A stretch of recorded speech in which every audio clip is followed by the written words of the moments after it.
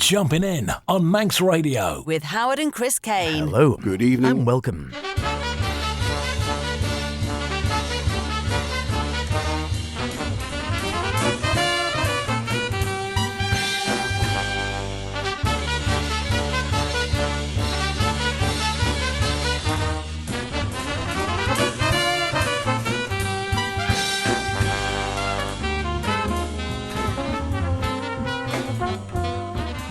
And here we are once again. Can you believe we're into July, for heaven's sake? Where's the summer gone? Christmas coming up shortly, very course. Don't forget our Christmas special. But for now, it is the summer special.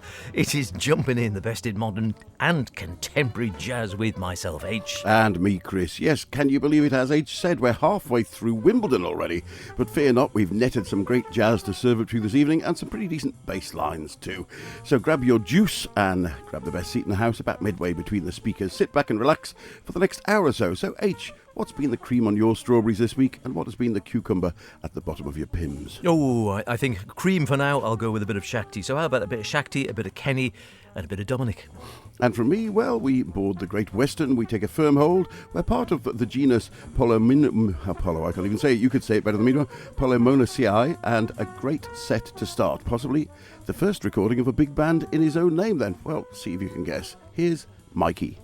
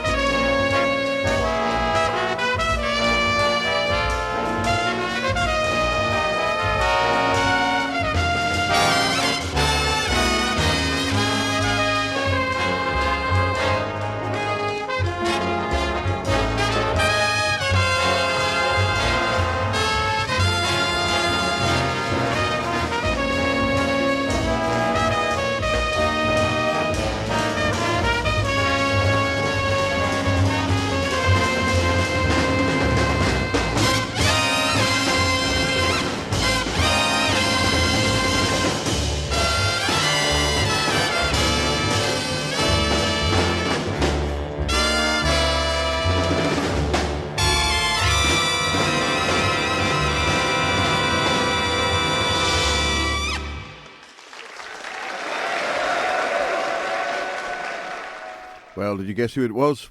Of course you did. Kenny Wheeler, of course, who on that track shares solo duty with John Taylor on electric piano for a change in what is believed to be the earliest recording of Kenny with his own big band.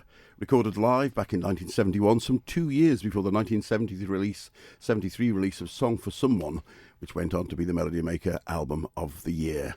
Melody Maker, there's another blast from the past, isn't it, really? Yes. The recording is on the newish British progressive jazz label, and it's their first official release of a live set originally recorded for BBC Jazz Club, and represents the earliest known recording of him with his own band, as I said. And all the gang are there: Mike Osborne on alto, Tony Roberts on tenor, Dave Haller, Bobby Lamb, Keith Christie and Pete Harvey on trombones, Ian Hamer, Greg Bowen and Dave Hancock on trumpet, Alice Reese on tuba, Alan Branscombe on piano with John Taylor on electric piano, Ron Mathewson on double bass, the great Tony Oxley on drums and percussions, and guest appearances as well from Evan Parker on tenor, Chris Pine on trombone, and as we heard on, and she's on most tracks actually, Norma Winston with her signature wordless vocals, which also became a trademark on many of Kenny's big band albums. And of course, trumpet, flugel, composition and directing, the inimitable Kenny Wheeler. The later release of Song for Someone had that track renamed from Mikey, as it is on this album, to Toot Toot. But the album also perhaps runs a little short at 29.5 minutes, but it's really good quality, great live stereo recording, and a worthwhile addition to anybody's collection. Terrific stuff, and has dated very well. You don't think, oh gosh, there's a recording from sort of 70s jazz. It sounds still fresh as paint. Great sounds, great orchestration, and the wonderful sound as Kenny as well. Funnily enough, great minds think alike. I haven't got the same album, but I've got a bit of Kenny coming up a bit later on. But for now, one of the great joys of the last couple of weeks has been getting down to London. It was on, it was off. I wasn't going to do it. I didn't know, and I went in the end. And it's very good I did. The 50th anniversary, can you believe it, tour of Shakti. Couldn't make it, and, sadly. Couldn't make it. Yeah, I almost didn't. I'm glad I did. It was one of those ones. Midweek, never easy when you're working, is it? It's, I don't know. You read in the current Jazz Wise with John McLaughlin the interview, and he says, oh, never say never as to whether it's the last time.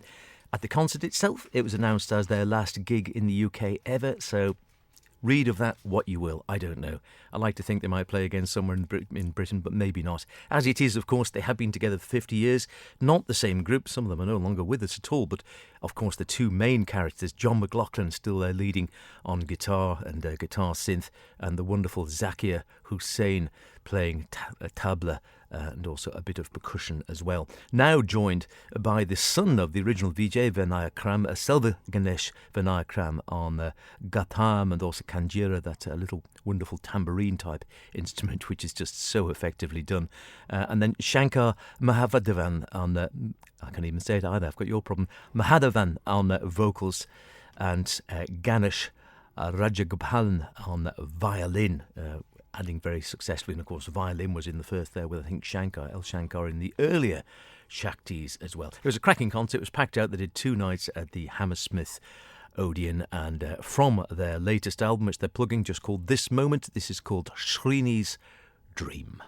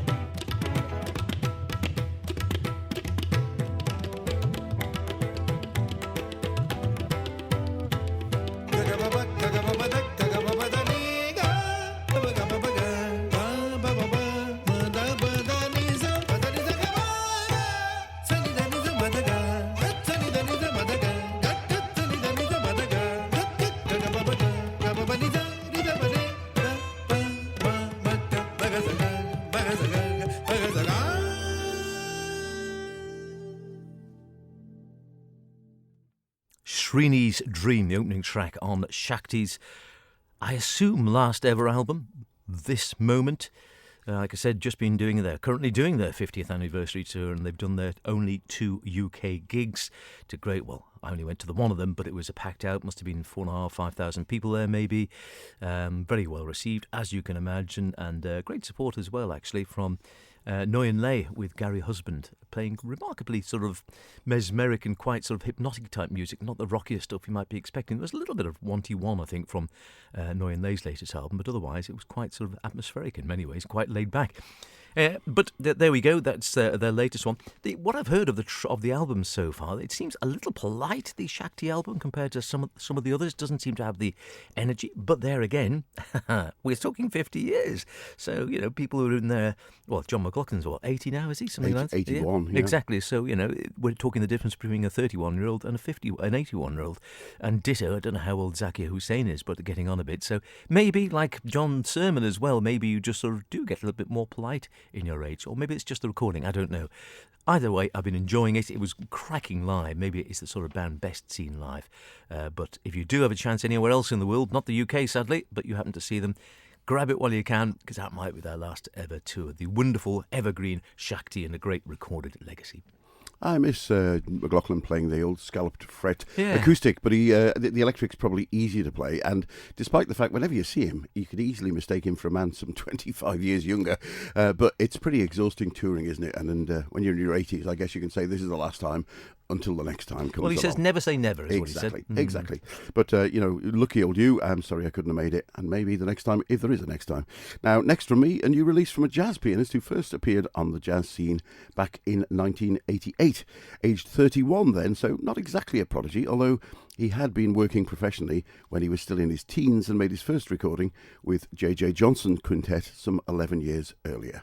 Billy Childs, who spreads his talent equally across jazz and classical spheres as a respected composer and soloist in both areas. He really came back to form, or rather back to notice, I think, with Rebirth, which saw his new signing with Mac Avenue Records back in 2017. And his recently released The Winds of Change is his third for Mac and absolutely finds him on great form. Here's the Great Western Loop.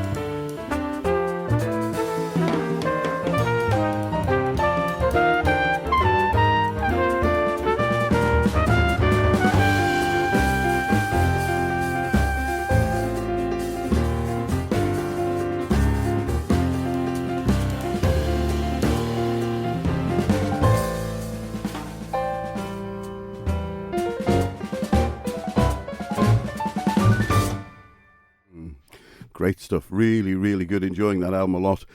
Billy Childs there with one of his original compositions, the great Western Loop from The Winds of Change, his new Mac Avenue album. And what a great quartet. Would you like to have a guess about anybody in that lineup? No. No, thank you for that. Great confidence shown. I think the quartet shows equal, it's good quartet, though. equal displays of bravado and great technical ability, with sensitivity from Childs and some fiery playing from Ambrose Akinmusere on trumpet. Haven't seen from him for a while. And showing that fine wine-like musicians for both of them, I think, continues to improve with age, as John McLaughlin has supported a track or two ago. Backed up by a great rhythm section of Scott Colley on bass and Brian Blade on the drums. It's very hard not to like it, isn't it? The album's out now, and many thanks to Mac for sending us a copy. Oh, very good indeed. And might have got Ambrose. I wouldn't have recognised Brian Blade there, I must admit.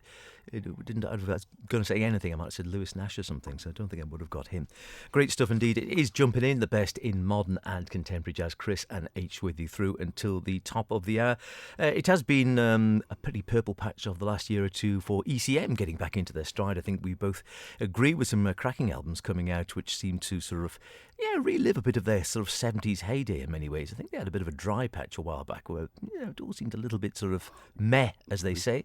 But there's some been good ones been coming out of late. This one, at the moment, my sort of jury is out, as I haven't really listened to it enough. But what I've heard is certainly very ECM-y and quite enjoyable. It's from the guitarist Dominic Miller, with a trio made up of Jacob Carlson on piano and keyboards.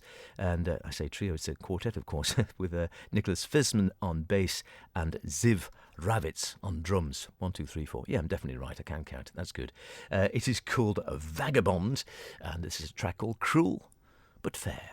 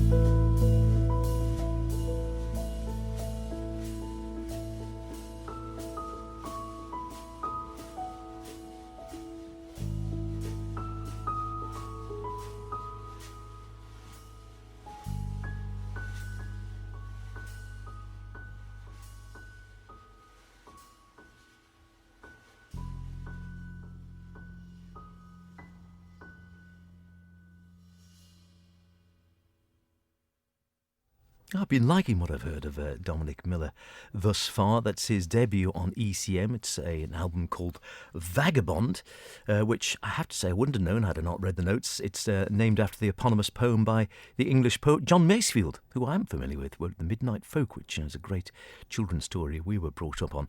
And the poem was very dear to Dominic's late father. Dominic himself says, I don't actually see myself as a vagabond, but I do identify with people who travel a lot, preferring this lifestyle to staying in one place, and he has travelled all over the place. If you haven't heard of him, well, he was born in Argentina to an American father, an Irish mother, raised in the US, educated there and then over in England, and since he's been making his life as a musician, he's been working decades through the globe with the likes of, some unknowns called Paul Simon, the Chieftains, Placido Domingo, and a lot with Sting. I mean, you can't get more varied than that, I wouldn't have thought. Long been known as Sting's latter right-hand man and guitar, and also co-writer of Shape of My Heart. And he says, I've been influenced by Sting's lateral sense of harmony and how he forms his songs. Yeah, there was a little hint of Sting there, I think, without a doubt. It is his debut on ECM. He has, jazz-wise, played alongside Kenny Wheeler, much in demand tonight, Norma Winston and Billy Cobham, although his main outlet at the moment is with the bassist Morten Ramspool and the drummer Rasmus Kilberg. He's had 2 studio albums out with that. With there, like I said, Ziv Ravitz, who has been around a little bit and a very prominent jazz drummer, plays quite a bit with Shy Maestro and Ode Zur, among others. He was on the Big Vicious and the Naked Truths album, and a very subtle player as well. Nice one. I think I'm going to like that one. Not one for the car, as we say. It's one to sit back in front of your speakers with a nice glass of scotch. And really nice piano playing from Jakob Karlsson too. I've got quite a few of his. He's regularly on the ACT record label. Very good indeed. Now, another label that continues to bring out a string of consistently swinging albums, the post-pop albums, is the wonderful Positone label. And they have an in-house supergroup in the band Idle Hands. And this is their second release. We hear that Idle Hands really do make light work. Here's Show of Hands.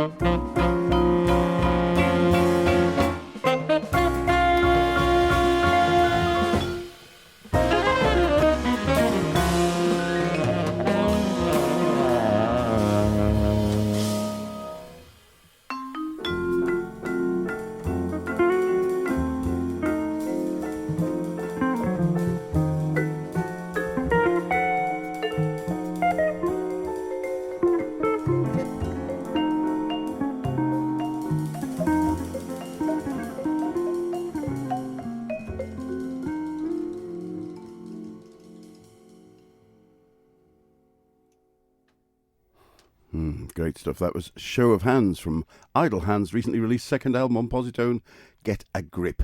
This engaging album for top draw frontline performances from Will Bernard on guitar, vibe player Ben Gillech, and saxophonist Donny McCaslin, and rock solid harmonic foundation from the rhythm section of a pianist who I love in solo or groups, Art Hirahara, bassist Boris Kozolov, and drummer E.J. Strickland. If those are Idle Hands, I can't wait to see what they produce when they get busy. The album came out in May, and many thanks to Positone for sending us a copy through. Hi, this is Craig Taborn, and you're listening to Jumpin' In with H and Chris on Manx Radio.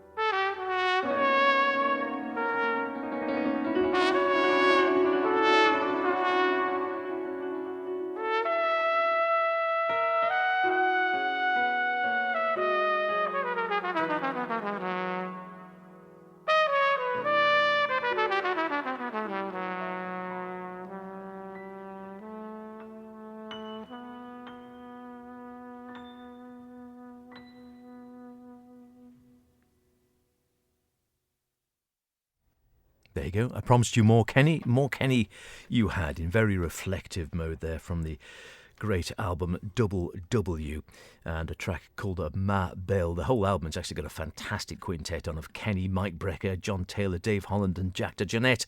If that's not a supergroup, I don't know what was. Probably wasn't at the time, but certainly looks like one now.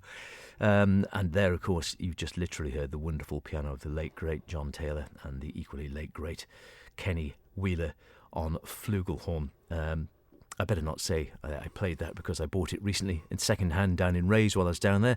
Still going, still changing around a little bit, but there's still a good selection of records there, I'm happy to say. But when I got it home, of course, I realised I already had it. Don't tell my wife.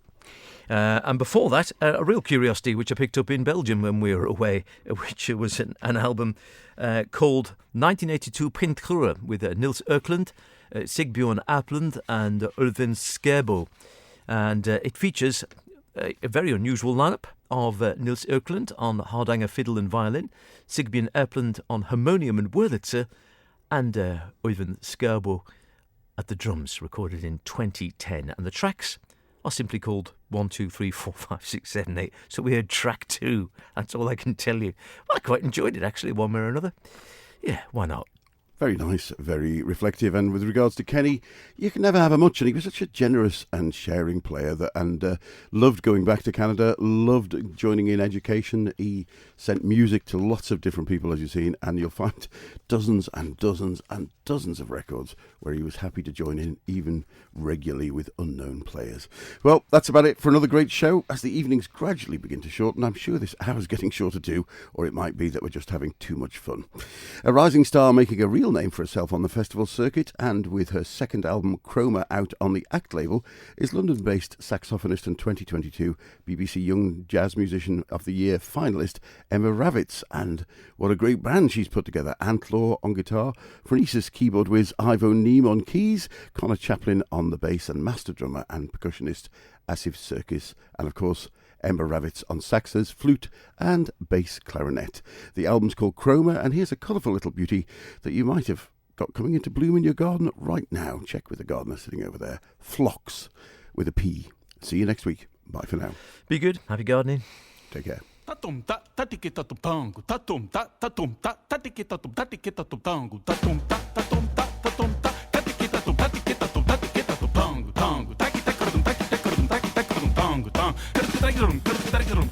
tango